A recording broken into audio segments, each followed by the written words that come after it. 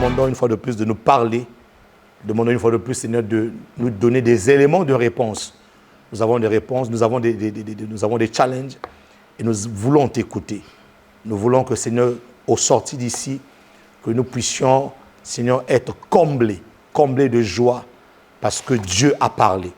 Comblés de joie et de confiance parce que Dieu nous a restaurés. Alors, Seigneur, tu envoyas ta parole et ta parole guérit ton peuple. Tu envoyas ta parole et ta parole, Seigneur, vient relever ton peuple. Au nom de Jésus-Christ de Nazareth. À toi la gloire, à toi la puissance et à toi l'honneur. Et les saints disent Amen. Amen. Nous acclamons le Seigneur.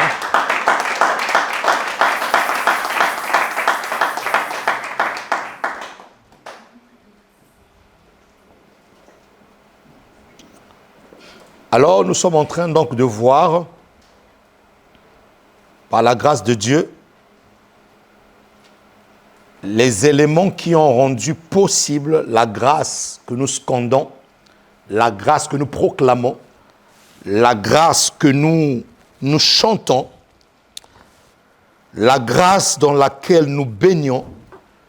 Quels sont les éléments justement qui ont fait que aujourd'hui que grâce soit grâce? Nous avons dit premièrement c'était la croix. La croix de Jésus est l'élément fondamental par lequel toi et moi, nous pouvons dire grâce, nous pouvons chanter grâce, nous pouvons danser grâce. Sans la croix, il n'y a pas de grâce. Et Jésus ne pouvait pas connaître une autre mort que celle de la croix. Parce que, nous l'avons lu dans le livre de Deutéronome, que maudit soit quiconque est pendu au bois. Et donc, celui qui avait la malédiction devait être pendu au bois. Et c'est au travers de la croix, au travers de la pendaison, au travers de la crucifixion, je dirais mieux, de Jésus, c'est par cette crucifixion qu'il y a eu transfert de malédiction. Voyez, vous allez me dire comment? Et c'est là justement tout le mystère. La Bible déclare qu'au travers d'un seul homme, le péché d'Adam a atteint tous les hommes. Romains 3, 23, car tous ont péché et ont été privés de la gloire de Dieu. Le mot Adam n'était pas le nom du premier homme. Nous l'appelons Adam simplement par ignorance. Parce que Adam veut dire humanité. Humanité. Dieu n'avait jamais donné de nom à Adam. Mais Dieu a donné le pouvoir à Adam de nommer. Dieu n'avait pas donné le nom à Adam. Mais Dieu a donné le pouvoir à Adam de nommer. Adam n'est pas le nom du premier homme. Non. Adam veut dire humanité. Donc lorsque Adam a péché, c'est toute l'humanité qui a péché. Et la Bible déclare que si le péché s'est répandu sur tous les hommes au travers d'un seul homme, et c'est aussi au travers d'un seul homme, celui qu'on appelle le nouveau Adam, le salut a atteint tous les hommes. Donc Jésus en lui regorge en lui dans son sein toutes les personnes qui lui diront oui, je t'accepte et qui doivent accéder au salut éternel. Qui me dit amen? Amen. Qui me dit amen? Et donc toi et moi, nous portions auparavant des malédictions de nos familles, les malédictions de nos aïeux, toutes ces choses qui nous ont empêchés de vivre le plan parfait de Dieu. Tu ne peux pas vivre le plan parfait de Dieu si tu n'es pas encore passé par le processus de la croix. Si tu n'es pas encore passé par Jésus. Quand je dis par Jésus, ça veut dire quoi? Romain l'explique. Quand tu dis oui à Jésus, tu automatiquement, dans cette acceptation de Jésus, tu passes par la croix, premièrement, tu passes par la mort, tu passes par l'ensevelissement et tu passes par la résurrection. Le saint fait de dire oui. Et ce oui-là doit être dit par la foi. Tu dois mettre la foi au centre de ton oui. Lorsque tu dis oui, tu fais le transfert de tout ce que Jésus a connu. La crucifixion, la mort, l'ensevelissement et la résurrection. Et donc, le premier élément qui fait qu'aujourd'hui, que toi et moi, nous puissions vivre dans une faveur, quelque chose que nous n'avons pas mérité, le premier élément, c'est la croix. Il n'y a pas de grâce sans la croix de Jésus. Sans la croix. Et donc, au jour d'aujourd'hui, tu dois te regarder comme un béni et non comme un maudit. Je n'ai pas entendu ton amen. Regarde-toi comme un béni de Dieu et non comme un maudit. Pourquoi? Parce que nous avons foi que lorsque Christ était crucifié, moi, j'ai été crucifié avec lui.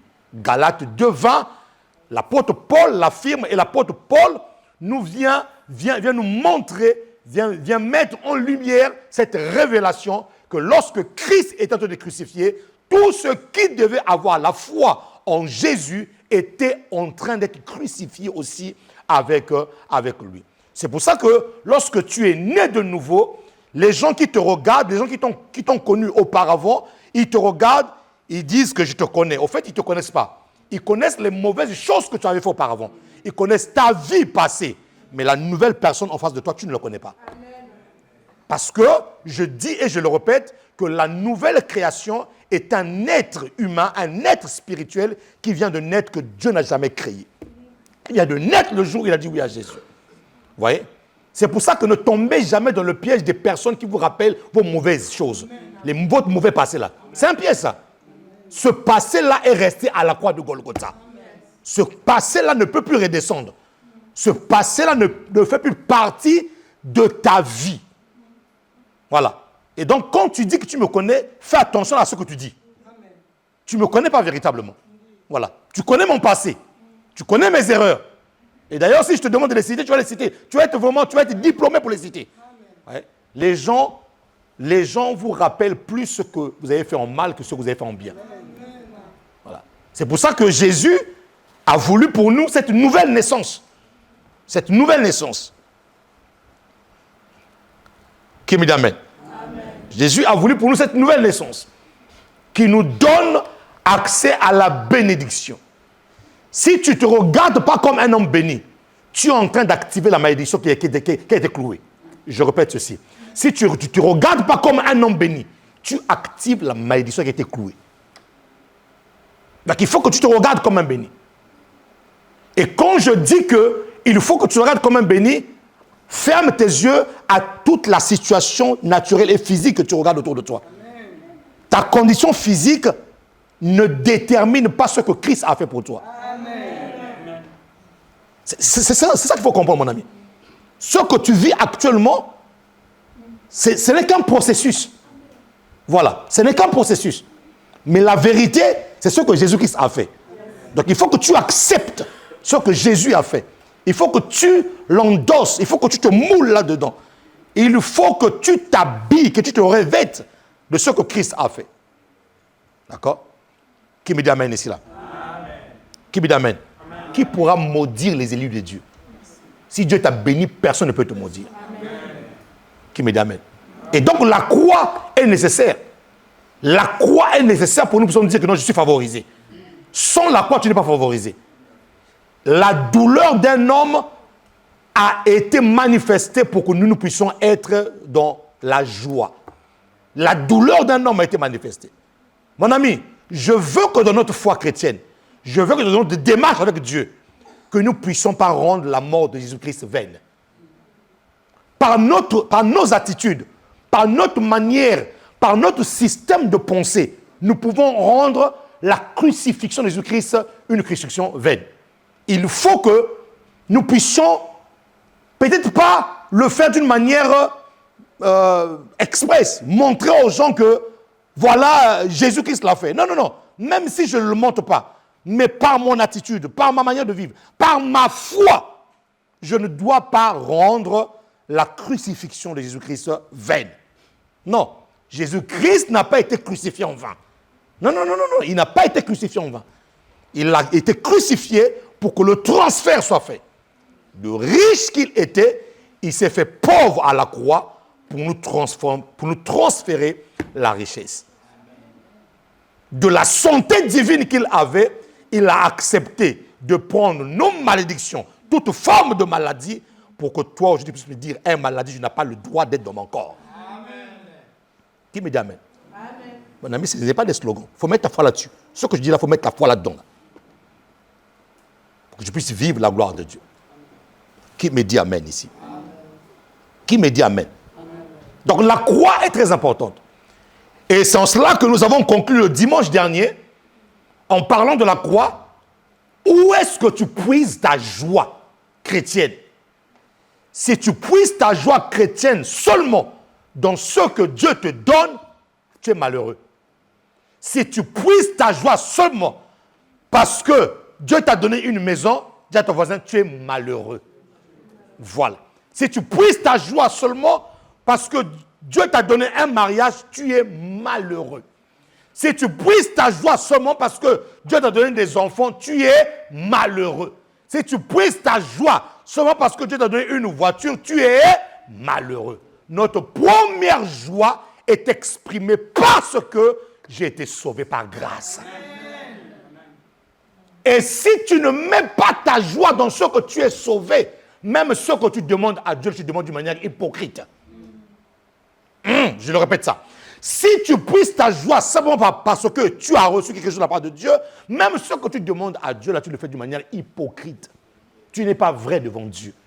Et même ta joie là n'est pas une joie qui est vraie. Qui me dit Amen. Lorsque Dieu dit, demande afin que ta joie soit parfaite. Cette demande-là n'est pas faite hors de la grâce. Cette demande est faite dans la grâce. Donc lorsque Dieu te donne, c'est parce que tu es gracé d'abord. Tout ce que Dieu nous donne, c'est parce que nous avons reçu la grâce de Dieu. S'il n'y a pas la grâce, ce que nous avons, ce sont nos efforts à nous ou bien l'autre voisin. Je ne cite pas son nom. Parce que lui aussi il donne. Lui aussi il donne. Mais lui quand il donne, il te dit donne-moi, mais donne-moi ton oreille là. Tu seras sourd d'un seul oreille. Tu vas écouter d'un seul oreille toute ta vie. Lui quand il donne, il te dit coupe-moi ton orteil. Ton orteil là va servir de le monde des ténèbres. Lui quand il donne, il te dit donne-moi ta matrice. Je vais avoir des bébés spirituels dans le monde spirituel. Mais toi sur la terre là, tu n'auras pas de bébés. Mais notre Dieu quand il donne, amen, la seule condition c'est la foi. À qui va acclamer le Seigneur ici? La seule condition c'est la foi. C'est la foi. Tout est possible à celui qui croit. C'est la foi. Est-ce que vous savez qu'il y a des choses que nous activons dans le monde spirituel, ça n'engage même pas Dieu. Ça ne dépend même pas de Dieu. C'est ta foi. Simplement ta foi. Et donc c'est la croix qui nous a octroyé toutes ces choses. Les bénéfices de la croix. Et donc ta véritable joie, c'est d'abord parce qu'il y a un homme de 33 ans qui a dit oui. Qui a dit oui à la croix. Ta véritable joie, c'est parce qu'il y a un homme qui a dit oui pour ôter ta malédiction. Ta véritable joie, c'est parce qu'il y a un homme qui n'a pas regardé son égalité avec Dieu. Il était Dieu, il est Dieu. Il s'est dépouillé de tout ce qu'il avait. Il s'est fait l'égal de toi-même. Il n'a pas regardé ce que tu étais. Mais il a dit, je préfère être l'égal de toi. Parce que pour prendre ce qui te tourmentait, il devait se faire l'égal de toi. Oh mon Dieu. Quelle grâce. Dis-moi, quelle grâce. Quand j'en parle, j'ai des frissons. Pour que sans rien que tu sois ce que tu es, je devais me faire l'égal de ce que tu étais. Pour prendre cela, pour faire le transfert et pour aller à la croix. Mon ami, si moi, aujourd'hui, en prêchant l'évangile, je commence à prêcher l'évangile en ne mettant pas ma joie dans ce que Christ a fait, même l'évangile que je prêche là est faux. Si moi, ma joie, je ne la puise pas dans ce que Christ a fait pour moi, mon ami, ce n'est pas une voiture. Et regarde, mon ami, tu vas aller chez les concessionnaires. Tu vas chez le concessionnaire, tu prends une voiture neuve. Est-ce que tu sais que dès que tu démarres ta voiture, tu sors chez le concessionnaire, ta voiture perd déjà 20% de sa valeur. Et entre-temps, tu as acheté ça, tu n'as même pas prié. Tu prends le taux. Les démons de ta famille là-bas qui ont dit il devient riche. Oh. Il dit, attaquons-le.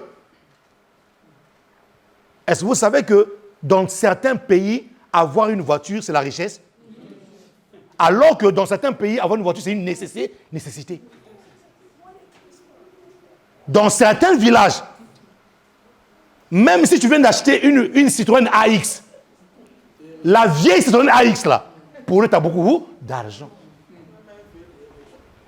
Dans certains villages, tu viens d'acheter Peugeot 205, là. Pour eux, tu as beaucoup d'argent. Donc, est-ce que tu sais que même la belle voiture dans laquelle tu roules là peut devenir un tombeau pour toi? Hein? Donc, si tu mets ta joie dans ces choses-là, tu n'es rien. Écoutez ce que l'apôtre Paul dit. Donnez-moi 1 Corinthiens 15, verset 19. 1 Corinthiens 15, verset 19. Regardez. Tu ne peux pas être enfant de Dieu et puiser ta joie ailleurs. Non. Si tu puises ta joie dans le mariage, mon ami, l'homme change, la femme change. Tu ne peux pas comprendre un jour. Mon ami, moi j'ai vu des personnes toutes joyeuses le jour des préparatifs de leur mariage. Or, le gars avec qui le gars qui devait l'épouser avait caché son jeu pour avoir la sœur. Le gars avait bien caché son jeu. Le gars s'est fait un frère de l'église le temps de fiançailles. Au fait, sa conversion était une conversion momentanée le temps des fiançailles. Et le jour où ils sont mariés, la première semaine, faut pas quand même faire mouche quand même, faut cacher un peu le jeu, faut continuer à faire un peu comme si c'était vrai, sans problème. Ils viennent, ils s'asseyent, pas de souci, ils font le culte. Deuxième semaine, pareil. La troisième semaine, c'est comme s'il attendait la résurrection. La troisième semaine, le feu commence à disparaître. On voit la sœur commencer à venir elle-même. La quatrième semaine, la sœur était un peu zélée. La cinquième semaine, on commence à voir, la sœur aussi commence à... Jusqu'au jour où on était à Villeneuve-Saint-Georges, il faisait 45 degrés à l'ombre. Le frère s'est habillé avec un t-shirt bourré de climatiseurs partout. Tellement qu'il faisait chaud. Vous voyez des maillots de corps avec beaucoup de trous là. Multi-climatisation. Le gars, il faisait chaud. Et non seulement il faisait chaud, le gars il était en grand short et puis multi-climatisation. Avec sa bouteille de 1664. Le gars était là. Malgré que la bouteille de 1664 était fraîche, mais lui transpirait. Donc c'est pour vous dire qu'il fallait un casier de 1664. Et donc on a compris que la foi de la sœur était partie de 1664 en fait. Commencer à taper la sœur, boxer la sœur, frapper la sœur. Vous appelez la sœur comme ça, vous sentez que non, il y a une peur, vous savez qu'il y a une angoisse, vous sentez que non, ça ne va pas.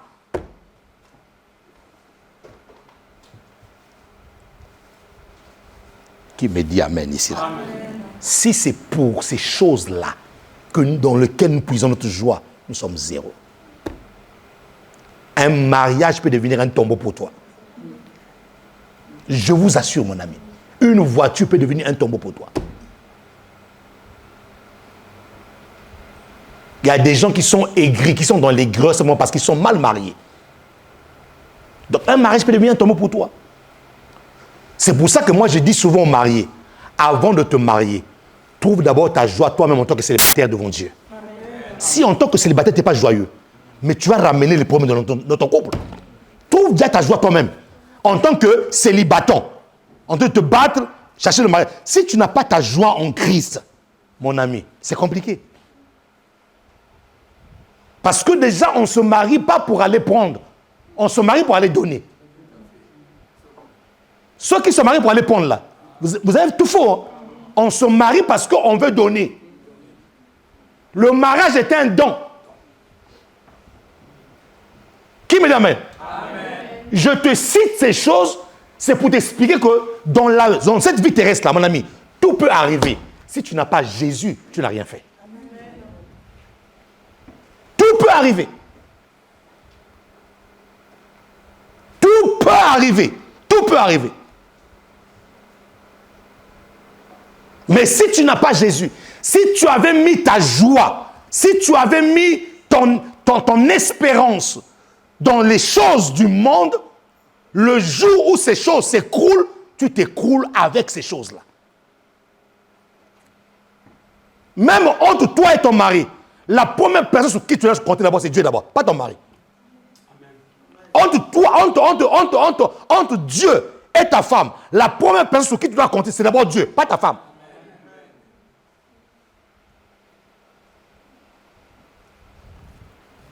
Qui me dit amen ici, là? Amen. Que nous dit 1 Corinthiens 15, verset 19? Si ceci, c'est dans cette vie seulement, dis-moi seulement. Voilà. Si c'est dans cette vie seulement que nous espérons en Christ, nous sommes les plus malheureux de tous les hommes. C'est-à-dire que si c'est, quand la parole de Dieu dit que si c'est dans cette vie seulement, ça veut dire quoi? C'est la vie terrestre, avec tout ce qui nous entoure. Si c'est seulement dans ces choses du monde-là que nous espérons en Christ, nous sommes les plus malheureux. L'apôtre Paul est en train de dire que notre espérance doit aller au-delà du matériel.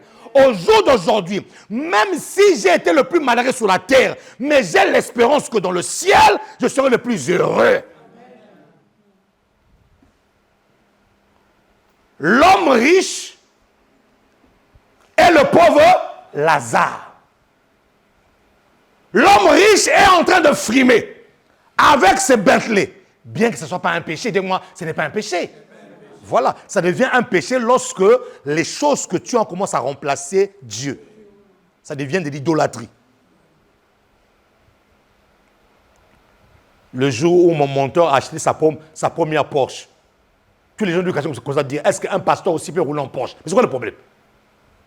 Est-ce que c'est marqué sur le fond d'un pasteur non roulé en Porsche? Non. Ça, ce n'est pas un problème, ça. Le problème, Dieu n'a rien avec la richesse.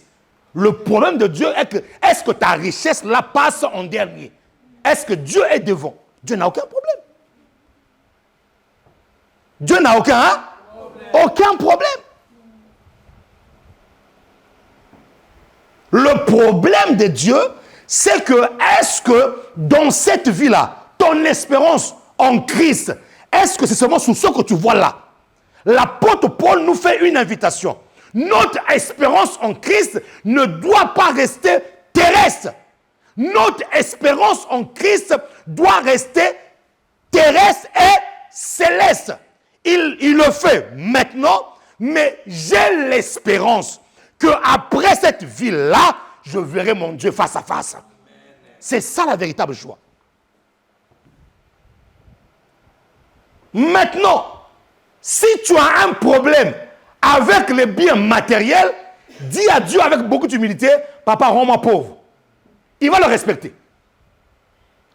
Mais si tu peux combiner et la richesse et la vie spirituelle, et d'ailleurs, je vous dis une chose, la véritable vie spirituelle, c'est celle qui sait maîtriser la richesse. Oui. Si vous voyez une personne qui dans sa foi, n'arrive pas à bien conduire sa foi, ou commence à être impudique à cause de la richesse, ce n'est pas un vrai homme spirituel. Un vrai homme spirituel qui est assis dans le caractère de Christ, même si tu lui donnes des millions, mon ami, il ne va pas perdre sa foi à cause des millions là. Oh. L'apôtre Paul dit, j'ai servi Dieu dans la disette et dans l'abondance. Si c'est seulement dans cette vie-là que nous espérons en Christ, nous sommes les plus malheureux des hommes. Ça veut dire quoi? L'apôtre Paul nous dit, si on prend tous les malheureux de la terre, dis-toi, tu es le plus malheureux.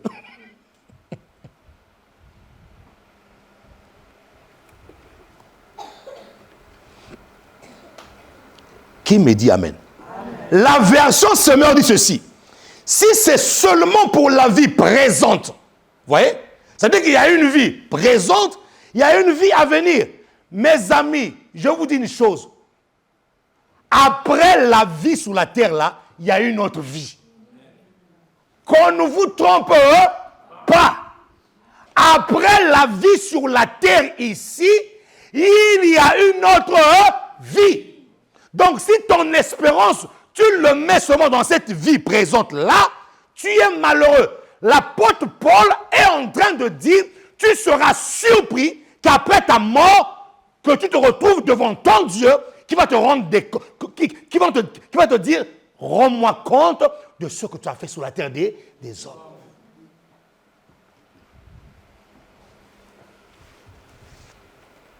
Lorsque une personne meurt, on dit que la personne est partie. Mais son corps est bien là. Mais qui est parti? Ah, répondez-moi, qui est parti? Son corps est là, oui ou non? Eh oui, il est parti. Il est parti où? Donc, même quand tu ne pries pas, tu entends que, même quand tu ne pries pas, mon ami, tu vas dans une veillée mortuaire, on dit que la personne est partie. Même toi qui ne crois pas en Dieu, tu te poses la question, mais il est parti où? C'est pour ça que l'apôtre Paul tire la sonnette d'alarme. Mon ami, ta véritable joie aujourd'hui, que je n'ai pas, Christ est mort pour moi, cela me suffit. Qui me dit amen ici là? Cela me suffit. Christ est mort pour moi. Ni mon père ne pouvait le faire. Malgré l'argent qu'il avait, il ne pouvait pas le faire. Ni ma mère, celle qui m'a ramené au monde. Gloire à son nom. Nous bénissons le Seigneur pour ce qu'elle a fait. Mais même elle ne pouvait pas me donner la vie éternelle. Elle m'a donné la vie sur la terre, mais la vie éternelle dépend du passage dans la vie d'une seule personne, Jésus-Christ de Nazareth.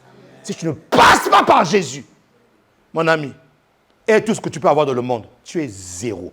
Si c'est dans cette vie seulement que nous espérons en Christ, nous sommes les plus malheureux de tous les hommes. Donc toi, tu te vois riche, toi, tu te vois habitant dans une belle maison, mais Dieu dit, tu es le plus malheureux. C'est-à-dire que même celui qui n'a pas les moyens que tu as là, lui là, il est même mieux que toi.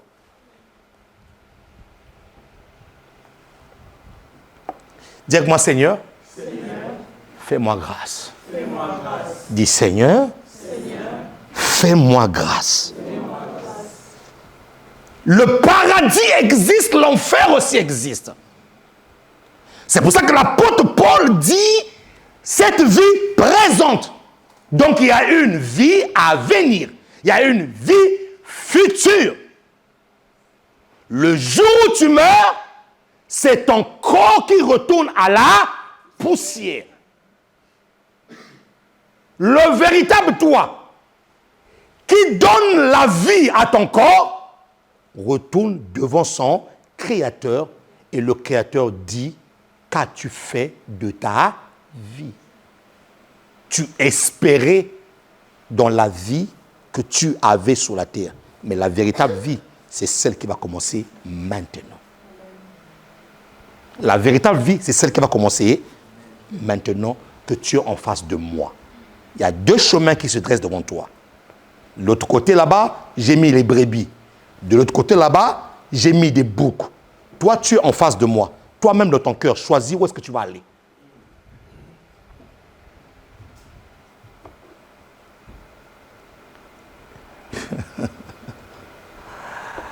Ah, mon Dieu.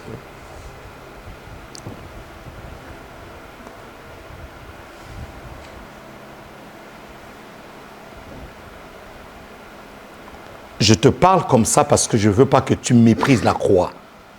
Je te parle comme ça parce que je veux que tu prennes conscience de la croix. Je te parle comme ça parce que je sais, je veux que tu te rendes compte que même la grâce du salut, quand tu dis que non, le ciel, il y a la joie au ciel, que nous aurons la joie au ciel. Ce ciel-là, tu l'as eu parce qu'il y a un homme qui a été crucifié. Tu as eu ce ciel-là parce qu'il y a un homme qui a été crucifié. Donc la grâce d'aller au ciel, c'est parce que la crucifixion, il y a un homme. Il y a un homme qui a crié, Père, Père, pourquoi m'as-tu abandonné? Réfléchissons. Est-ce qu'un père sensé, je ne parle pas d'un père insensé, parce qu'il y a des pères insensés qui régnient leurs enfants, mais un père sensé,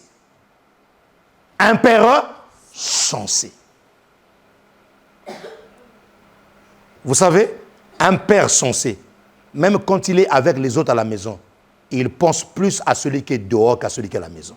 Un vrai père sensé. C'est pour ça que lorsque le fils prodigue est retourné à la maison, le père a fait une grande fête. Cette fête-là exprimait, démontrait seulement qu'au fait, pendant que le père était là, il pensait plus à son enfant qui était dehors qu'à celui qui était à la maison.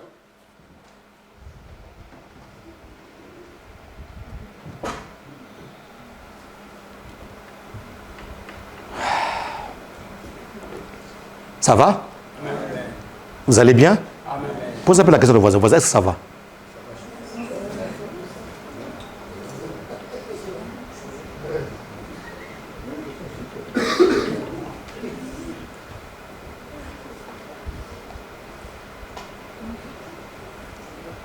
Il n'y a pas de grâce s'il n'y a pas la croix. S'il n'y a pas la crucifixion de Jésus, il n'y a pas de grâce. Ne bafouons pas la croix. Le message de la croix est une folie pour le monde, mais une véritable garantie de vie éternelle pour ceux qui ont la foi en Jésus-Christ de Nazareth. La croix.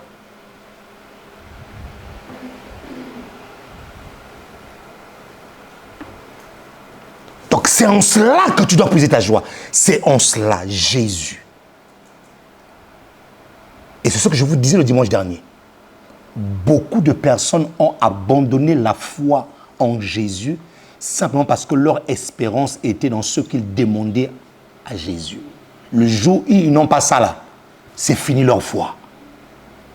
Dieu dit, tu es le plus malheureux.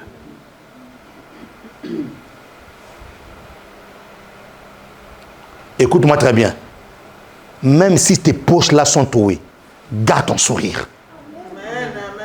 Que le manque d'argent ne t'enlève pas le sourire. Parce que déjà même l'or et l'argent appartiennent à notre Dieu. Le héros que tu vois là, c'est le système monétaire européen. Le dollar, c'est le système monétaire américain. Donc quand on parle de l'argent, Dieu ne parle pas de l'euro, il ne parle pas du dollar. Il parle du concept de l'argent. C'est Dieu qui a créé ça. Donc, garde ta joie. Garde ta joie. Garde ta joie. Si l'huissier se présente devant toi, devant ta maison, pour dire, madame, monsieur, vous avez 10 mois d'impayés, nous venons pour vous mettre dehors. Dis-lui, mettez-moi dehors. Jésus a dit, dans la maison de mon Père, il y a plusieurs demeures.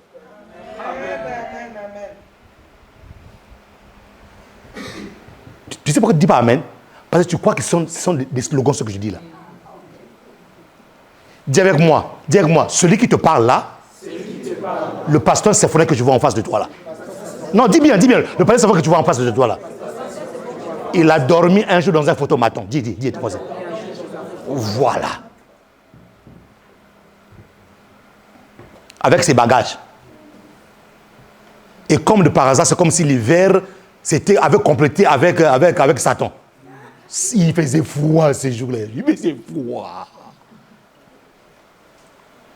Et même à l'époque, en plus à l'époque, tu ne connais même pas le système de la France. Donc tu ne connais même pas qu'il y avait les 115 qui existaient. Tu ne sais même pas tout ça. Il faisait froid, John. Il faisait froid. Donc tu sens que non, donc tes doigts sont gelés. Donc tu sais quand c'est gelé là, même quand tu marches là, tu ne sens plus rien du tout.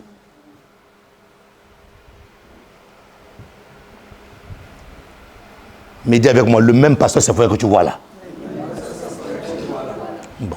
Dis, il s'arrête là, c'est bon. Voilà. Acclame Jésus. Non, je m'arrête là. Je m'arrête là.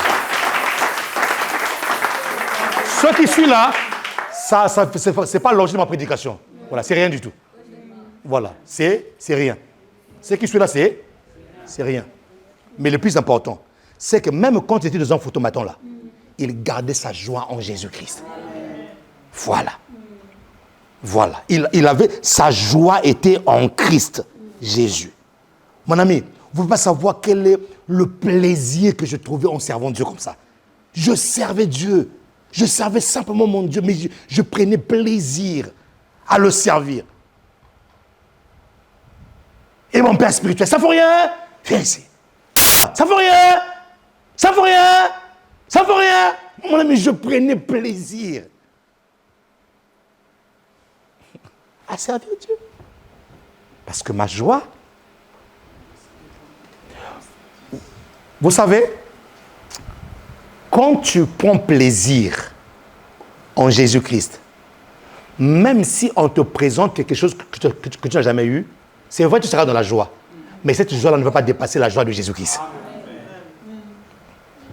C'est vrai que tu sentiras qu'il y a une épine qui est partie. Tu sentiras que non, ah oui, je suis quand même soulagé. Mais cette joie-là ne peut pas dépasser la joie que tu as en Jésus. Non. Qui peut acclamer Jésus? Qui peut acclamer Jésus?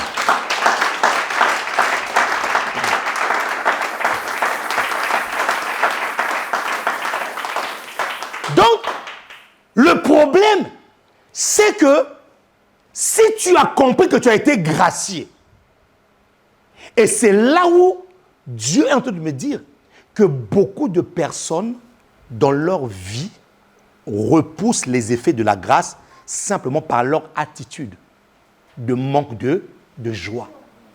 C'est pas que Dieu n'a pas dit, non, Dieu t'a gracié, mais tu es tellement aigri, tu es tellement dans une attitude où, en fait, qui ne favorise pas le ciel à descendre sur toi.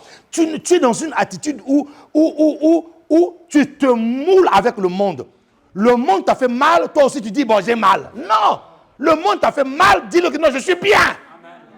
Sois comme cette femme à qui l'enfant était mort. On dit, est-ce que ça va? Elle dit, tout va bien. Ce sont des paroles qui créent le climat, le faveur sur ta vie à toi. Qui me dit amen ici là? Oui, tu peux vivre dans la grâce, mais repousser totalement les effets de la grâce sur toi.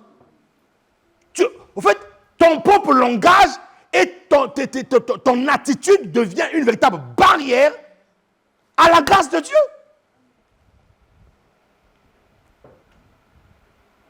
J'ai souvent une phrase que je dis souvent: ne proclame pas ou ne dis pas ce que tu vois, mais déclare et prononce ce que tu sais. Mon ami, cette parole, même moi-même, des fois, quand je regarde les trucs, je dis, cette parole-là revient dans ma tête. Non, qu'est-ce que l'habitude de prêcher aux gens? Des fois, le Saint-Esprit est terrible. Il dit, toi, qu'est-ce que tu prêches aux gens? Tu prêches aux gens de déclarer ce qu'ils savent, pas ce qu'ils voient. Donc toi aussi, qu'est-ce que tu vois là? Bon, je vois ça, mais qu'est-ce que tu sais? Je sais ça. Voilà.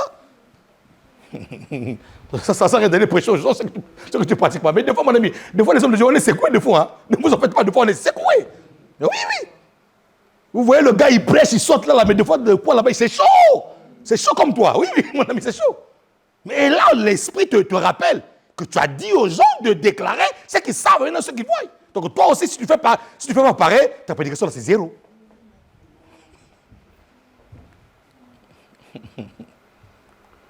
Mets ta joie en Christ Jésus. Que nous dit Romains? Romains 12 nous dit ceci. Regardez. Romains 12 nous dit ceci. Romains 12.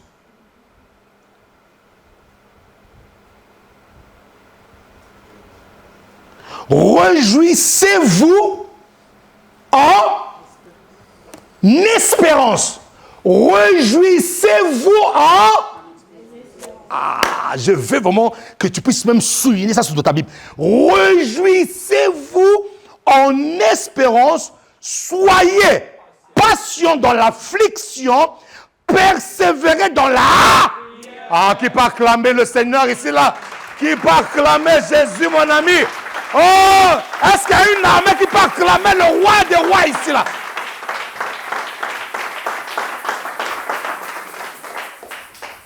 Écoute, la Bible n'a pas dit réjouissez-vous parce que vous avez vu la chose.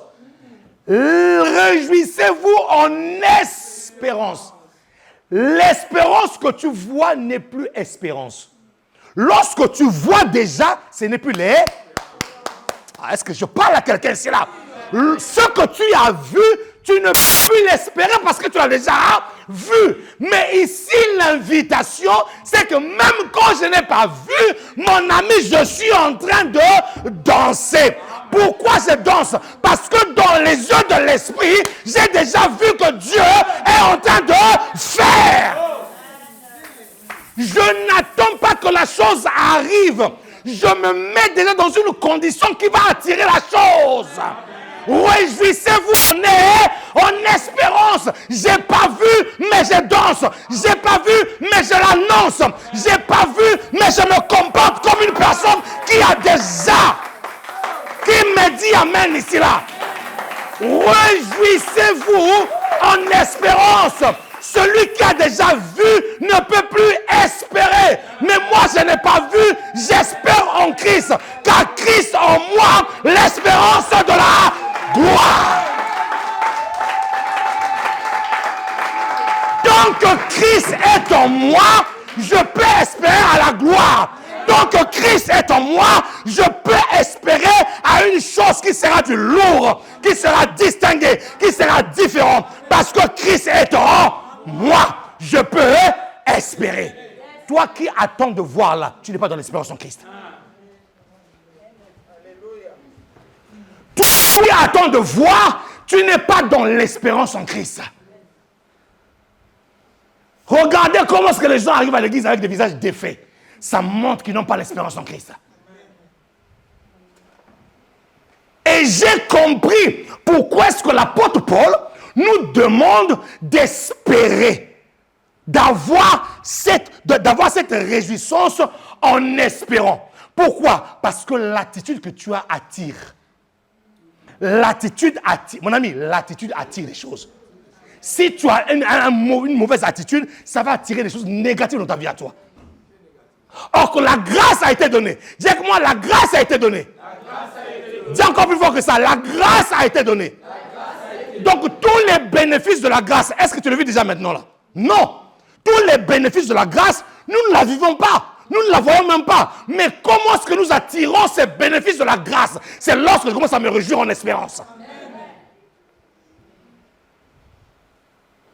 Je n'enfante pas, ce n'est pas un problème. Je me comporte comme une femme enceinte.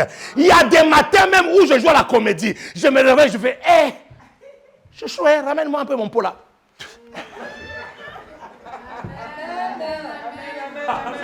Quand je fais ça, je suis en train de me réjouir en espérance. Je suis en train d'attirer les choses qui n'existaient pas comme si elles existaient dans ma vie. Je suis en train de me réjouir en espérance. Je fais, viens m'aider à m'asseoir. C'est la réjouissance en espérance. Je n'ai pas vu physiquement, mais dans l'esprit, je sais. Je sais que je sais que je sais que je sais que je sais. Je sais que mon Rédempteur est vivant.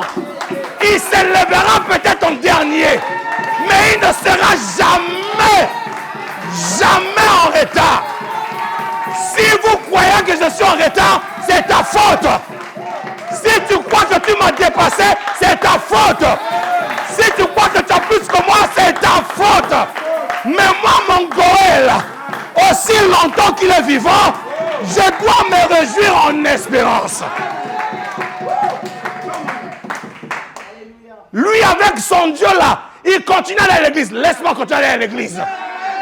Mais son Dieu ne fait rien du tout, c'est pas grave. Laisse-moi aller en église. Je vais à l'église parce que je me réjouis en espérance. Oh.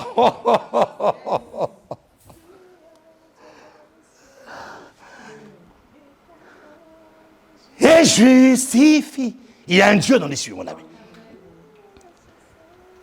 Ne te réjouis pas parce que tu as vu. En fait, l'apôtre Paul est en train de t'expliquer que le véritable monde, ce n'est pas ce que tu vois là. Le véritable monde est spirituel. C'est ce qu'il t'explique là. Parce que si tu commences à voir, tu n'es plus dans le monde spirituel. Si tu as déjà vu physiquement, tu n'es plus dans le monde spirituel. Le véritable monde. Il est en train d'expliquer que toutes choses sont d'abord spirituelles, toutes choses sont d'abord surnaturelles avant qu'elles deviennent naturelles. C'est ce que l'apôtre Paul t'explique là. Donc si tu ne te réjouis pas parce que, non, j'ai rien vu. L'apôtre Paul dit, tu as tout zéro, tu as tout faux.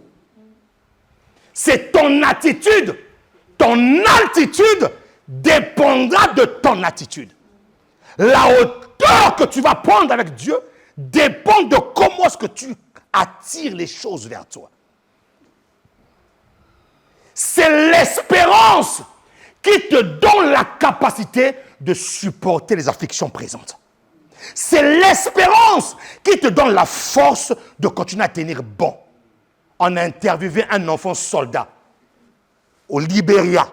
Un enfant soldat de 10 ans. On l'a interviewé avec son arme à la main. Le journaliste français qui l'a interviewé lui dit, « Dis-moi mon enfant, comment est-ce que tu vois l'avenir? Comment est-ce que tu vois demain? Comment est-ce que toi tu te vois ?» Cet enfant-là avec un regard vide. Vous voyez, les enfants soldats ont souvent des regards vides. Pourquoi? Parce que ceux qui les habitent là, ce n'est pas le vrai eux. Ils sont habités des esprits de guerre. Et cet enfant avait un regard vide. Il regardait le journaliste comme s'il ne le regardait même pas. Il dit, l'avenir? Il dit, en quoi espères-tu? Il dit, espérance? Il lui dit, mais c'est quoi l'espérance? Une personne qui n'espère plus aujourd'hui est déjà morte. Mon ami, une personne qui n'espère plus aujourd'hui est déjà morte. C'est fini. La personne est morte. Pourquoi? C'est l'espérance du temps présent. Non, c'est l'espérance des choses à venir qui te donne la capacité de supporter et d'endurer les difficultés du présent. C'est l'espérance des choses à venir qui te donne la force et la capacité d'endurer les afflictions du présent. C'est pour ça que lorsque Étienne est en train de lapider, il a regardé vers le ciel. Le regard vers le ciel d'Étienne était l'espérance. Il a regardé vers le ciel et là, le ciel s'est ouvert, il a vu Jésus. Donc, toute la lapidation qu'il recevait sur son corps, il ne le sentait plus. La lapidation, cette douleur-là, il pouvait mieux le gérer dans le temps présent parce qu'il avait espéré en Jésus-Christ. Et c'est cela qui va te permettre d'alimenter ta foi. Lorsqu'il n'y a plus d'espérance, la foi n'est plus alimentée. Tu commences à perdre. Au fait, la foi commence à perdre ses vitamines. Il commence à perdre des vitamines E, des vitamines A. Et là, tu commences à maigrir dans ta foi. Et lorsque tu maigris dans ta foi, tout en sachant que le diable, la première chose qu'il vient attaquer dans ta vie, ce n'est pas d'abord ta santé, c'est d'abord ta foi. Parce qu'il sait que lorsque tu as la foi, tu vas avoir une très bonne santé. C'est la foi qui te maintient. Or, il n'y a pas de foi si tu n'espères pas. Or, la foi, c'est quoi? La définition de la foi. La foi, c'est quoi? Est une ferme assurance des choses et une démonstration de celles qu'on ne voit pas. À quel moment il y a démonstration? Lorsque je continue à espérer. Tant que je garde mon focus sur l'espérance, je finirai par démontrer. Donc, ceux qui se moquent de vous actuellement ne savent pas que vous êtes dans un laboratoire de démonstration. Et que tout chimiste sait que lorsqu'il fait des mélanges, il y a des process qu'il doit respecter pour avoir des résultats. Donc, tu es dans un laboratoire de l'espérance. Même si on se moque de toi, ce n'est pas là le problème. Le problème, c'est qu'il faut que tu persévères dans l'espérance afin de démontrer. Les gens vont avoir raison de leur moquerie sur toi lorsque tu vas abandonner. Mais aussi longtemps que tu n'abandonnes pas, tu restes comme Habakkuk. Je restais à mon poste et j'attendais. Il attendait avec espérance parce qu'il savait que Dieu allait faire. Les gens ont souvent raison de leur moquerie sur votre vie parce que vous n'avez pas été persévérant. Dis avec moi la persévérance de la grâce. La persévérance de la grâce. Dis à ton voisin, on va en parler. On va parler d'ici là. Ouais, on va parler. Pour l'instant, on parle de se réjouir en espérance. Pas à cause de la grâce. Mais il y a une persévérance de la grâce. Il y a une persévérance. Et l'apôtre Paul nous explique ici, dans Romains 12, c'est lorsque nous nous réjouissons en espérance que maintenant, le résultat c'est quoi? Soyez patients dans l'affliction. Vous voyez? Si tu ne te réjouis pas en espérance, tu ne peux pas être patient.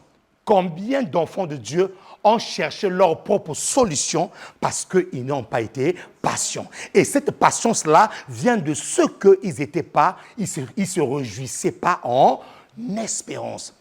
Pourquoi beaucoup d'enfants de Dieu ne prient pas aujourd'hui? Parce que la Bible déclare, et ensuite persévérer dans la prière. Pourquoi aujourd'hui les chrétiens ne persévèrent pas dans la prière? Parce que pour eux, ils disent que c'est terminé. Je n'ai plus d'espoir, je n'ai plus un an. Et c'est là où on commence à voir des langages du genre Dieu t'a abandonné. Est-ce que c'est écrit dans la Bible? Non. Je ne t'abandonnerai jamais. Voilà, il a dit, je ne t'abandonnerai jamais. Promesse de celui qui tient le monde entre ses mains. Je t'abandonnerai jamais. Donc le problème, c'est il faut que tu puisses te réjouir. C'est cette réjouissance-là qui va te donner de la saveur dans la bouche pour commencer à parler à ton Dieu. Beaucoup de lèvres et beaucoup de langues deviennent lourdes à parler à Dieu parce qu'il n'y a plus de réjouissance. Au fait, le diable a réussi à leur dire que même si tu demandais, il ne va rien faire. Or, Dieu t'a donné une attitude. L'apôtre Paul dit, soyez toujours joyeux. Soyez toujours. C'est un impératif. Ce n'est pas une option. Oh, dis à quelqu'un que ce n'est pas une option. Dis à quelqu'un que ce n'est pas une option. Être toujours joyeux n'est pas une option. Je ne choisis pas qu'aujourd'hui, je vais un peu être en colère ou je vais être triste. Non, ce n'est pas un choix. Soyez toujours joyeux. C'est une injonction, une obligation. Parce qu'il sait que le jour où tu perds ta joie, mon ami, on te verra plus à l'église ici, là. Le jour où tu perds ta joie, tu ne prieras plus. Le jour où tu perds ta joie, ta foi va commencer à baisser et tu deviens une proie à la merci du diable. Je déclare sur ta destinée, ça n'arrivera jamais. Donne-moi un amen vivant. Je déclare sur ta destinée, ça t'arrivera jamais. Oh, je redéclare encore, ça t'arrivera jamais. Acclame le Seigneur, acclame le Seigneur. Acclame le Seigneur. C'est lorsque je me réjouis en espérance que je peux être patient dans l'affliction, que même lorsque l'affliction arrive, même lorsque l'adversité arrive, même lorsque le combat arrive, je peux être en même capable de pouvoir supporter parce que nous savons que la patience dans la foi finit par produire le résultat. Et le résultat que tu obtiens, tu finis par bien adorer Dieu avec ça. Vous voyez, il y a des adorations que j'ai dit qui sont fausses parce qu'il y a beaucoup de personnes qui ont reçu des choses vite fait. McDo, Quick, King Burger. Des choses vite fait. Ouais. Mon ami, et je te dis la vérité, une personne qui, par hasard, tombe sur un sac de 2 millions, il va être millionnaire pendant 1 année. Je vous assure. Ou pendant 6 mois.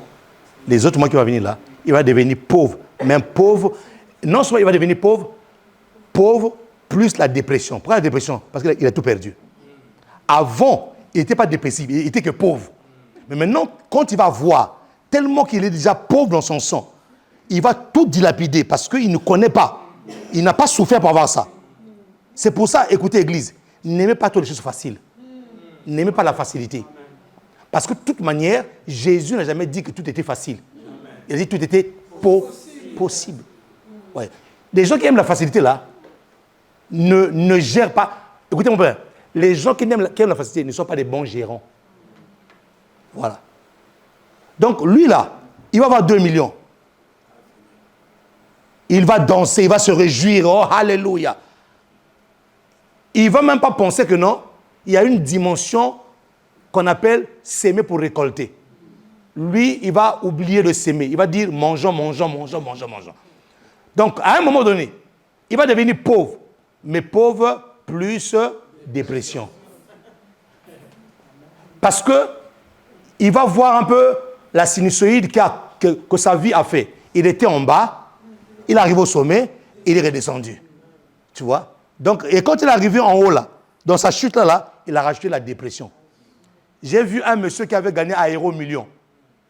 Mon ami, le gars, il était vraiment obèse parce qu'il mangeait tout et n'importe quoi. Quand il a gagné à Aéro Million, non, lifting, mon ami. Non, le gars, il a fait des soins, il a maigri, non, le gars était bien. Mais sauf qu'il n'avait pas la capacité d'investir. Donc, de millionnaire, il a rechuté. Mon ami, et il est devenu même 3 fois obèse qu'il était venu.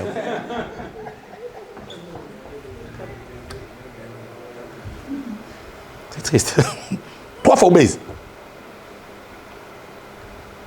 Il était assis là comme ça, là, tout paumé de la vie. Mon ami, ça ne t'arrivera pas. Non, ça, non. Écoutez-moi très bien. Si tu es exposé au son de ma voix, je déclare sur toi que ça ne t'arrivera pas. Amen. Non. Acclame le Seigneur.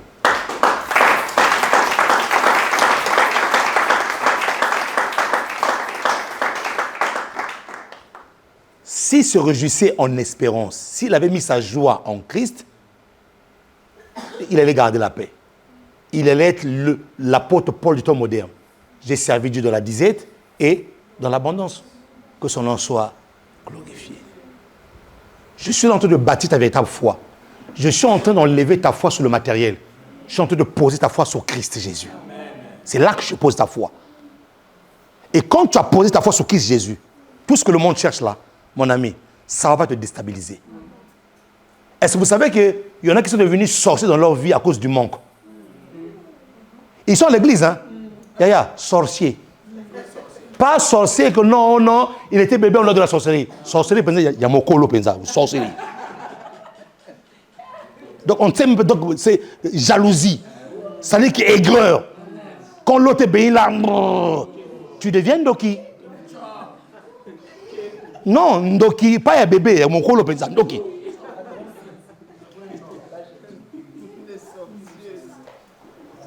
C'est grave, hein? C'est grave. Et tu commences à aller voir des nganga pour tuer l'autre.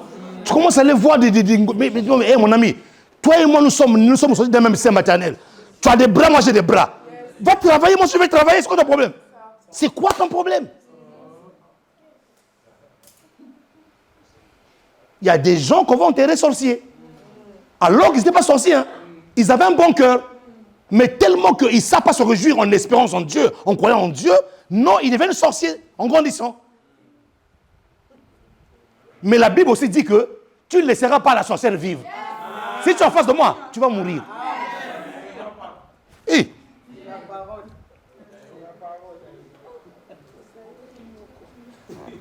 il y a un homme de Dieu qui m'a fait, avant, paix à son âme, le pasteur Gaëtan Piébi, un Gabonais. Les problèmes de sa famille. Mais il dit, mais écoutez, nous sommes tous sortis du même sein maternel. Tu es allé à l'école. Moi aussi, je suis allé à l'école. C'est quoi le problème? Qu'est-ce qui t'a empêché de réussir? Et même quand tu viens vers moi pour t'aider, moi je t'aide, mais tu ne réussis pas toujours. Donc ça veut dire qu'il y a un problème dans ta vie. Oh! Dis à ton voisin, ne sois pas sorcier en âge là. En plus, les sorciers en âge vraiment adulte là, c'est terrible. Hein?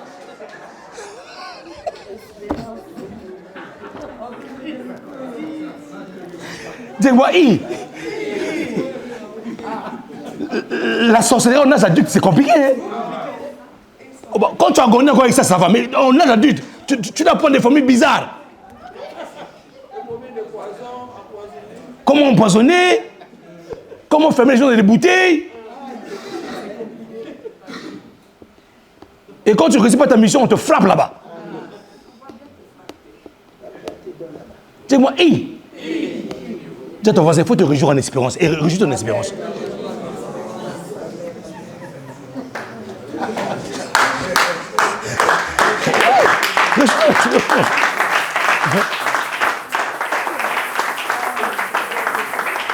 Réjouis ton espérance et ça ira.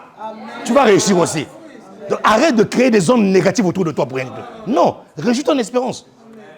On nous a donné le secret, c'est là. Il faut se réjouir en espérance. Voilà.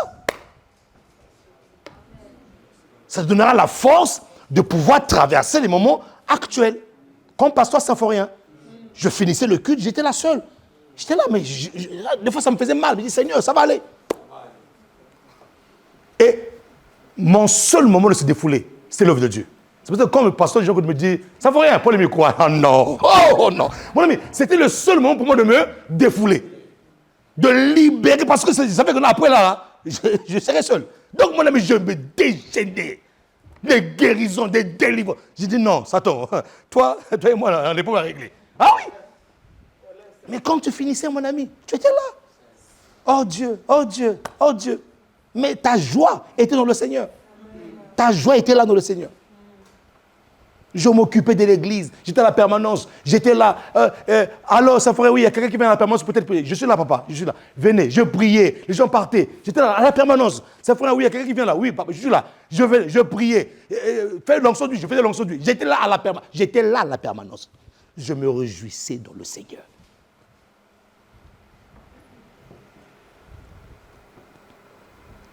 Amen. Amen. Qui peut acclamer le Seigneur de grâce ici?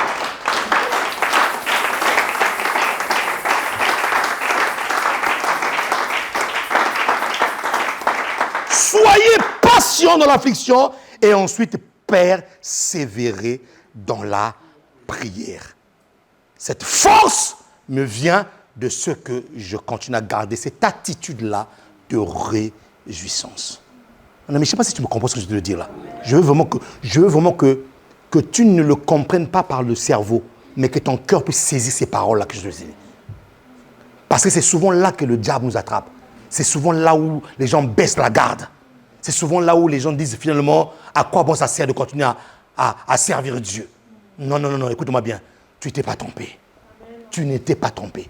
Le Dieu que tu suis là, je peux te garantir, je suis le témoignage vivant que lorsque tu le suis, j'ai été jeune, et je pourrais dire un jour comme David, j'étais jeune, j'ai vieilli. Je n'ai jamais vu un juste être abandonné et sa postérité derrière en train de mendier son pain. Non.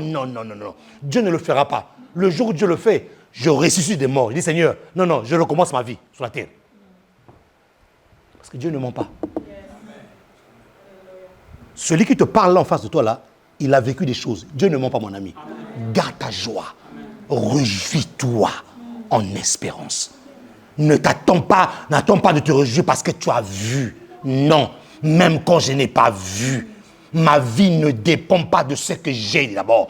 Ma vie dépend de ce que j'ai cru. J'ai cru.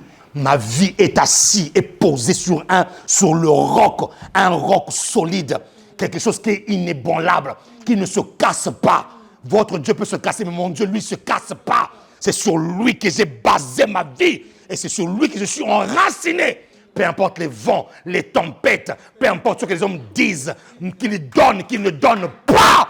Je reste là. Je verrai sa gloire. Un jour, aujourd'hui, je pleure avec des larmes de douleur. Mais un jour, je pleurerai avec des larmes de joie. Je pleurerai avec des larmes de joie. Parce que ce Dieu finit toujours par se manifester. Il finit toujours par se manifester.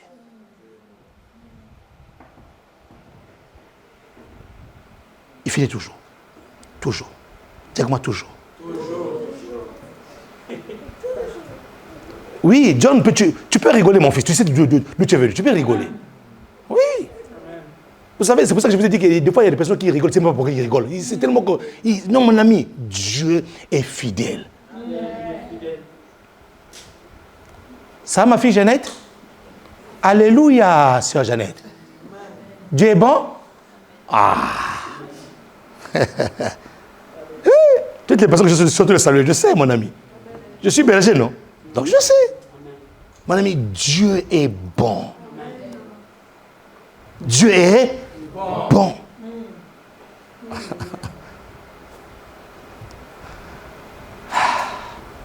Bon, est-ce qu'il faut qu'on finisse là, on peut continuer un peu? Bon, on va continuer un tout petit peu.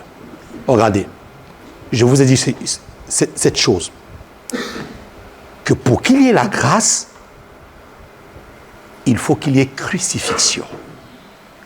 Notez ceci maintenant. Pour qu'il y ait la grâce, il faut qu'il y ait la mort. Il n'y a pas de grâce s'il n'y a pas la mort. C'est des choses sérieuses. Pour qu'il y ait grâce, pour que toi et moi nous puissions nous réjouir en espérance à la grâce qui nous a été octroyée, il devait avoir mort. S'il n'y a pas de mort, il n'y a pas de grâce.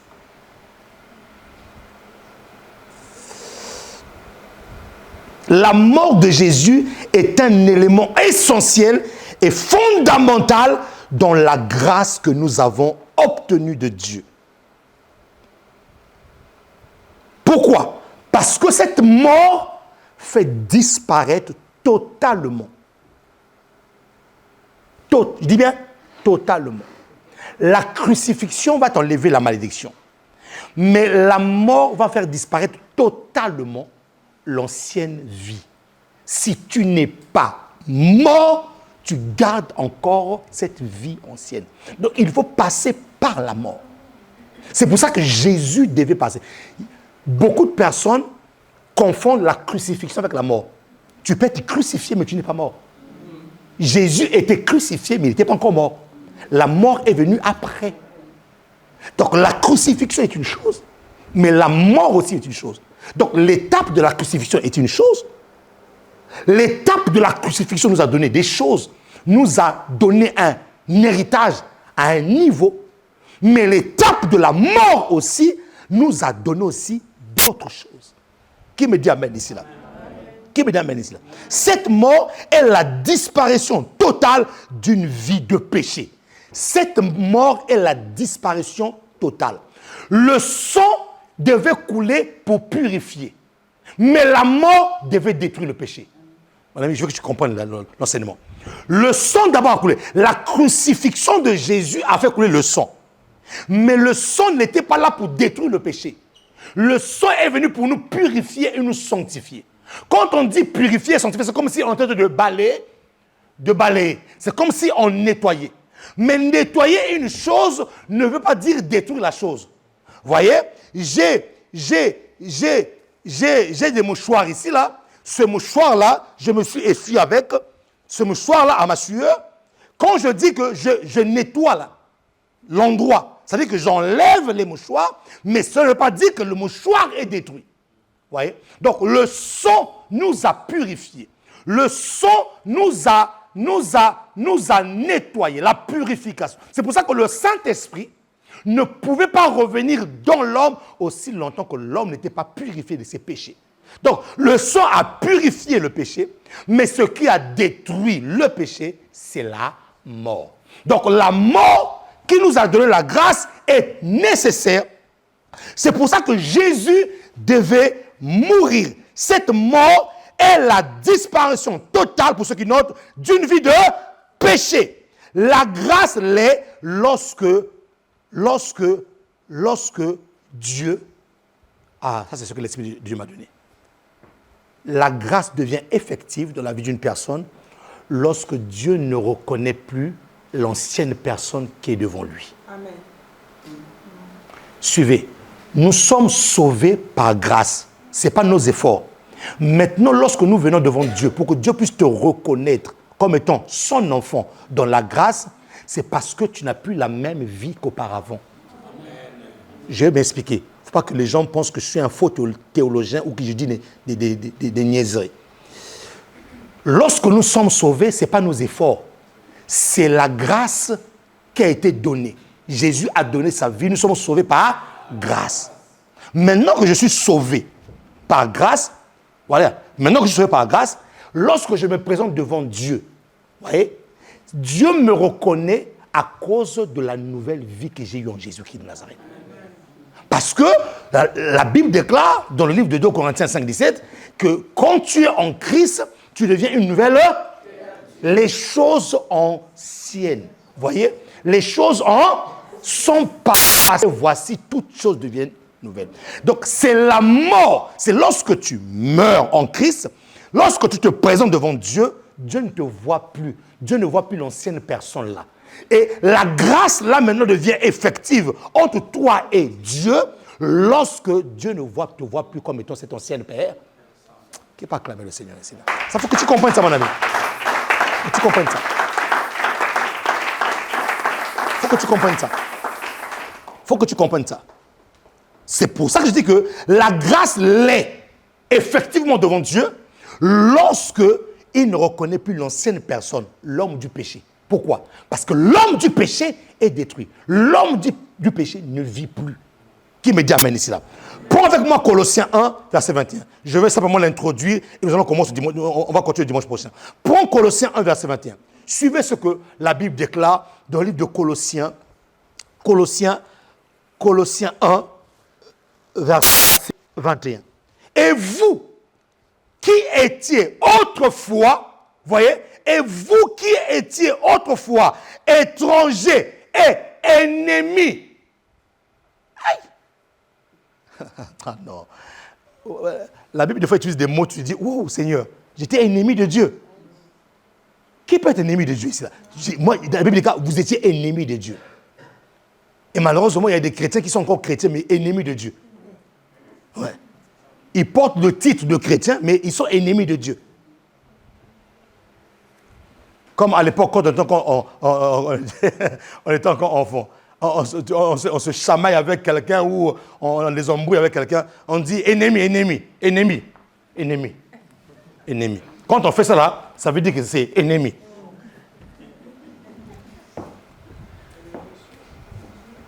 Ah, mais tu as connu ça? Hein? Ennemi, ennemi, ennemi, ennemi.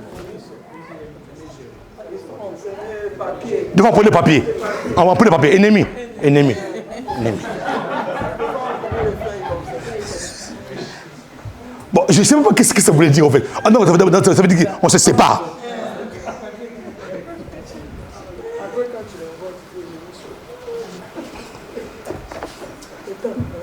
Non, franchement, je veux une parenthèse. Nous, à notre époque, franchement, on jouait bien. Hein.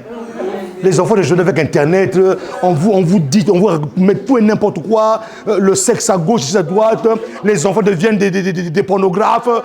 Nous, à l'époque, on jouait bien. On jouait bien.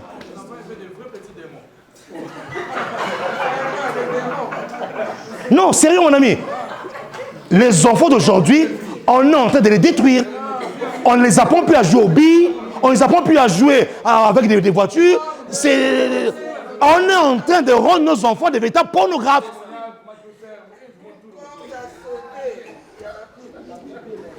Nous déclarons sur la vie de nos enfants nul et sans effet.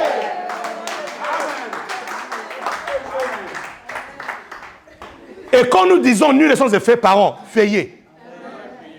C'est aussi mon épouse et moi, nous devenons vraiment des Django. Vraiment, on devait dans des westerns. Avec des... Non. Luc, on tire. Les téléphones là. J'ai pas envie de changer ma prédication. Hein. Mais les téléphones là. Ma femme et moi c'est Luc, elle c'est Luc. Non. On tire plus vite que l'ombre. Parce que les enfants là, ça tire vite, ces enfants là. Ramène ton portable, le temps qu'il ramène, la portable qu'il ramène. Frère, elle a tout changé. Elle te donne le téléphone, tu crois qu'il n'y avait rien. Il y a des choses à l'intérieur là-bas, cachées, dans des trucs bizarres. Et il n'y a qu'elle qui connaît ces termes-là. Et quand ils écrivent là, PT c'est quoi? CQ c'est quoi? Donc c'est un langage qu'eux-mêmes ils connaissent. C'est pour ça que sur une disquette de 2 phrases, ils ont 100 fautes. Une disquette de 2 phrases, 100 fautes. Bon, on parlait de quoi déjà même? Vous voyez, j'ai cherché ma prédication. laissez ma prédication. Non, mon ami, ça veut dire que j'en ai là, ça me coince à la gorge. On est en train de détruire nos enfants. On détruit nos enfants. Nos enfants deviennent des pornographes.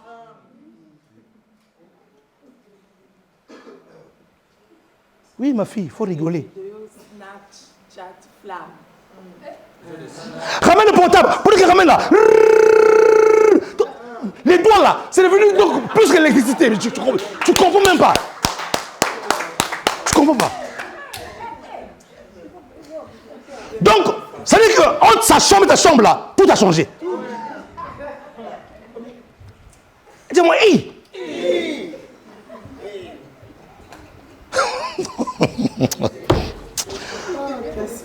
Seigneur, fais-nous grâce. Franchement, là, mes amis, il n'y a que la grâce de Dieu. Non, il n'y a que la grâce de Dieu, je vous assure.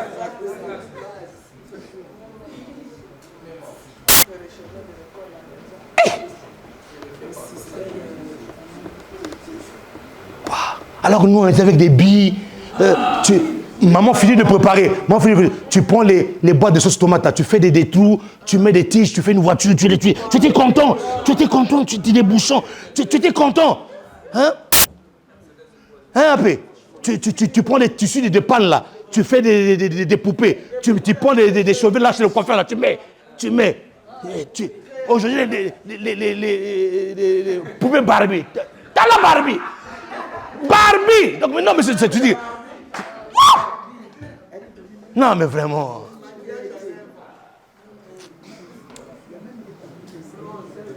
Que Dieu nous fasse grâce. Hein? Que Dieu nous fasse grâce. On est en train de détruire nos enfants à la maison avec les portables. Tu vas chez Apple, tu prends 1200, 1300 euros, tu donnes là-bas. Apple, il bouffe ton argent et à la maison, il détruit ton enfant. Tu vois, il a bouffé ton argent, hein, mais à la maison, avec les applications, là, il détruit ton enfant. Donc, non seulement tu as perdu ton argent là-bas, en même temps, il détruit ton enfant à la maison. Les parents, veillons. Veillons. Veillons, je vous assure. Les temps sont graves. Et maintenant, là, avec l'intelligence artificielle qui arrive, là, ça va être encore plus chaud. Terrible. Bon, on parle de quoi? C'était une longue parenthèse, mais il faut qu'on ferme ça. Mais ça est là, mon ami. Ça dit que tous les jours, je me réveille avec ça ici. Voilà.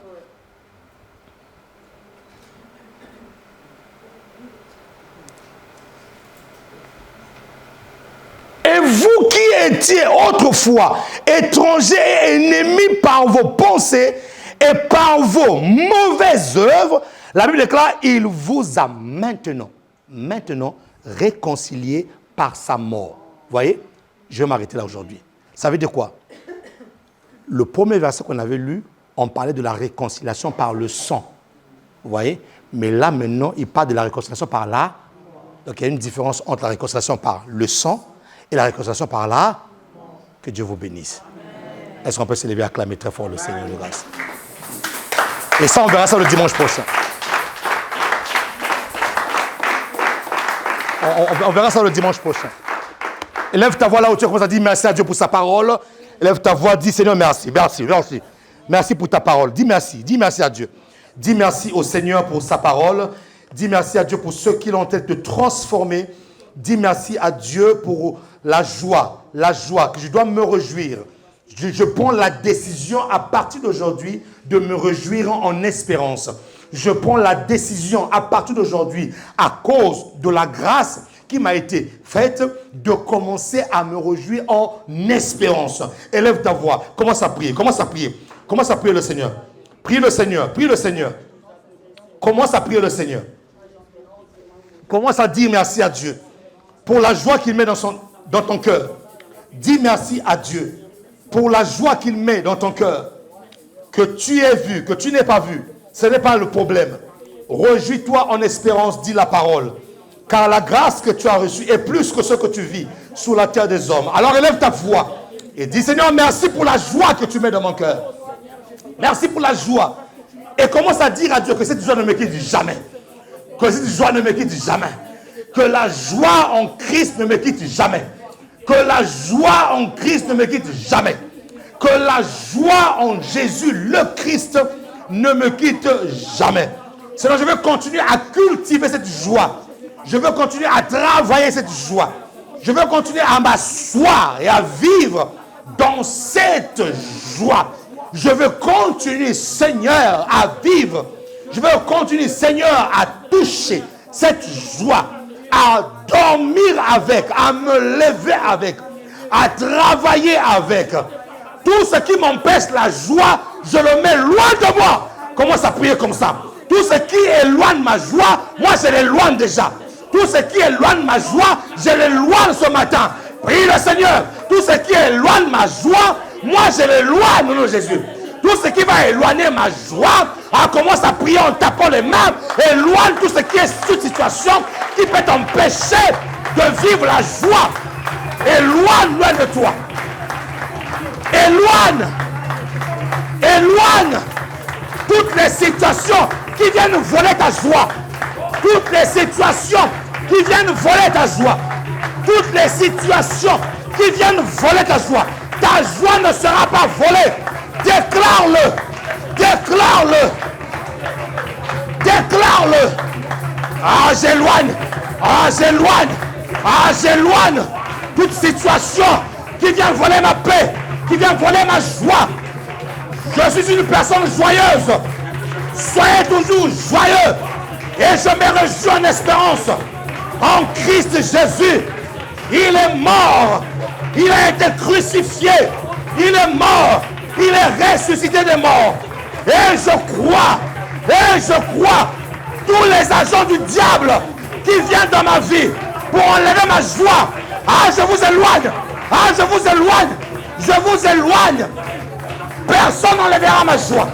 Personne n'enlèvera ma paix. Mon ami, prie le Seigneur. Demande à Dieu. Je vis dans la joie. Je marche dans la joie.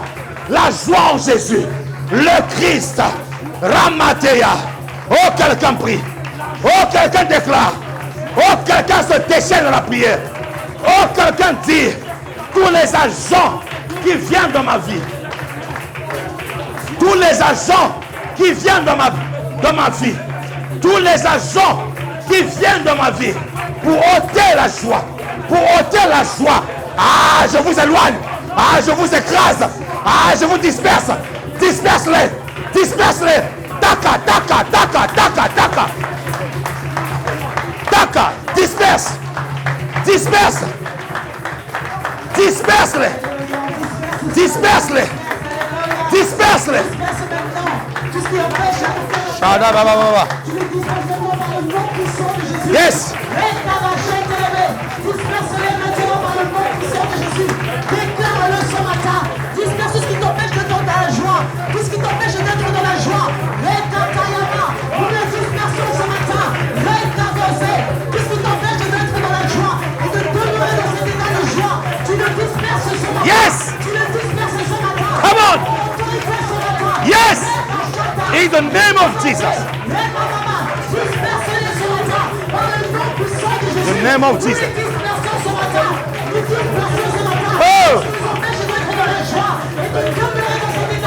Oui. Par le nom puissant de Jésus, nous le dispersons ce matin. Disperse bien-aimé. Disperse bien-aimé. Tout ce qui t'empêche de demeurer dans la joie. Yes. In the name of Jesus. Disperse ce matin. In the name of Jesus. Pendant que tu acclames, il se disperse. Pendant que tu acclames, les sorciers se dispersent. Pendant que tu acclames, les sorciers se dispersent ce matin. Disperse. Disperse-les. Disperse-les ce matin.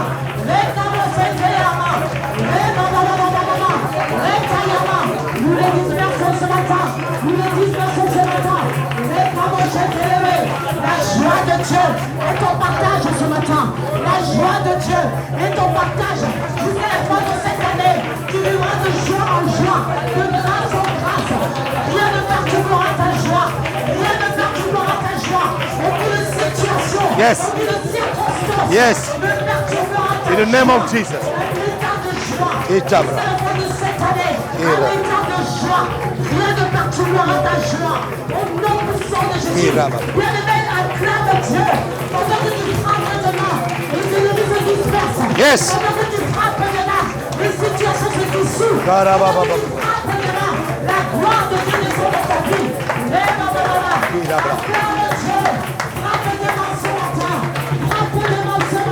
Yes, God. Yes. In the name of Jesus. Alléluia. Amen. Ah, qui peut acclamer, pousser les cris de joie ici, là. Yes. Yes. Amen. Sois conscient et consciente de la grâce que tu as reçue. Sois conscient et réjouis-toi en espérance. Puise ta joie en Christ Jésus. Puise ta joie. Parce que la vie sur la terre est comme effet des hauts et des bas. Que tu sois en haut, Christ est avec toi. Que tu sois en bas, Christ est avec toi. Puise ta joie en Christ. Alléluia. Nous voulons passer à la table du Seigneur. Nous sommes arrivés à la fin de ce programme qui n'est pas la fin de la présence de Dieu. Je pense que tu es un peuple enseigné et maintenant tu sais que ta vraie réjouissance ne sera pas sur les biens matériels. Ta vraie réjouissance sera d'abord en Jésus. En Jésus. Dès que j'ai Jésus, même si ce n'est pas ce que le monde me propose, cela me va. Je me réjouis en espérance. Je suis un enfant sauvé. Il y a une différence entre ceux qui sont sauvés et ceux qui ne le sont pas. Moi, je suis sauvé. Donc ça commence déjà par là. Voilà. Donc même si toi, tu vas te réjouir avec tes biens sur la terre, mais tu vas aller en enfer. Moi, déjà, je suis sauvé déjà. Maintenant, tout ce que Dieu m'a promis, ça va se réaliser. C'est comme ça que je marche. Ça va se réaliser. Donc réjouissez-vous en espérance. Si quelqu'un avait perdu sa joie, reprends ta joie. Voilà. Et ne laisse personne venir perturber ta joie. Ne laisse personne venir arracher la joie dans ton cœur. Non, garde ta joie. Parce qu'une personne qui n'a plus de joie de vivre ne peut plus rien faire. Garde ta joie. Amen. Garde tes mains levées. Seigneur, merci. Merci pour ta grâce ce matin. Merci pour ta bénédiction. Merci pour ta faveur, cette faveur imméritée que nous avons reçue de toi. Merci Seigneur pour ton Église. Merci pour ton peuple qui est venu si nombreux aujourd'hui pour t'écouter Seigneur. Si nombreux aujourd'hui pour être abreuvés par le Saint-Esprit. Que le message que nous avons reçu Seigneur soit ancré dans nos cœurs. Que le message que nous avons reçu nous a déjà sanctifiés davantage par le nom de Jésus. Nous ne voulons pas être des auditeurs oublieux. Nous voulons garder le dépôt de la révélation que nous avons reçue. Je déclare sur ta vie que tu es un peuple béni, comme cela est écrit. Je déclare sur ta vie que cette semaine qui commence, alors que tu t'es déjà réjoui avant que la chose arrive, cette chose va arriver cette semaine. Et tu te réjouiras encore plus que ça. Au nom de Jésus-Christ de Nazareth. Que ta foi soit gardée. Amen. Que tous les perturbateurs de la foi soient loin de ta face. Amen. Loin de ta vie. Au nom de Jésus. Que tous les jours que Dieu a fait, que ta foi grandisse. Amen. Que ta foi grandisse. Amen. Que ta foi soit étirée. Amen. Au nom de Jésus. Je déclare que ta maison est bénie. Amen. Je déclare que tes enfants sont bénis. Amen. Je déclare que ton mari est béni. Amen. Je déclare que ta femme est bénie. Tes entreprises sont bénies. Amen. Au nom de Jésus. Et les saints disent Amen, Amen, Amen. Acclame le roi des rois. Bon dimanche à tous, que Dieu vous bénisse. Et merci de m'avoir écouté. Que Dieu vous bénisse. Merci. Bon dimanche. Salut ton frère et salut ta soeur. Merci beaucoup.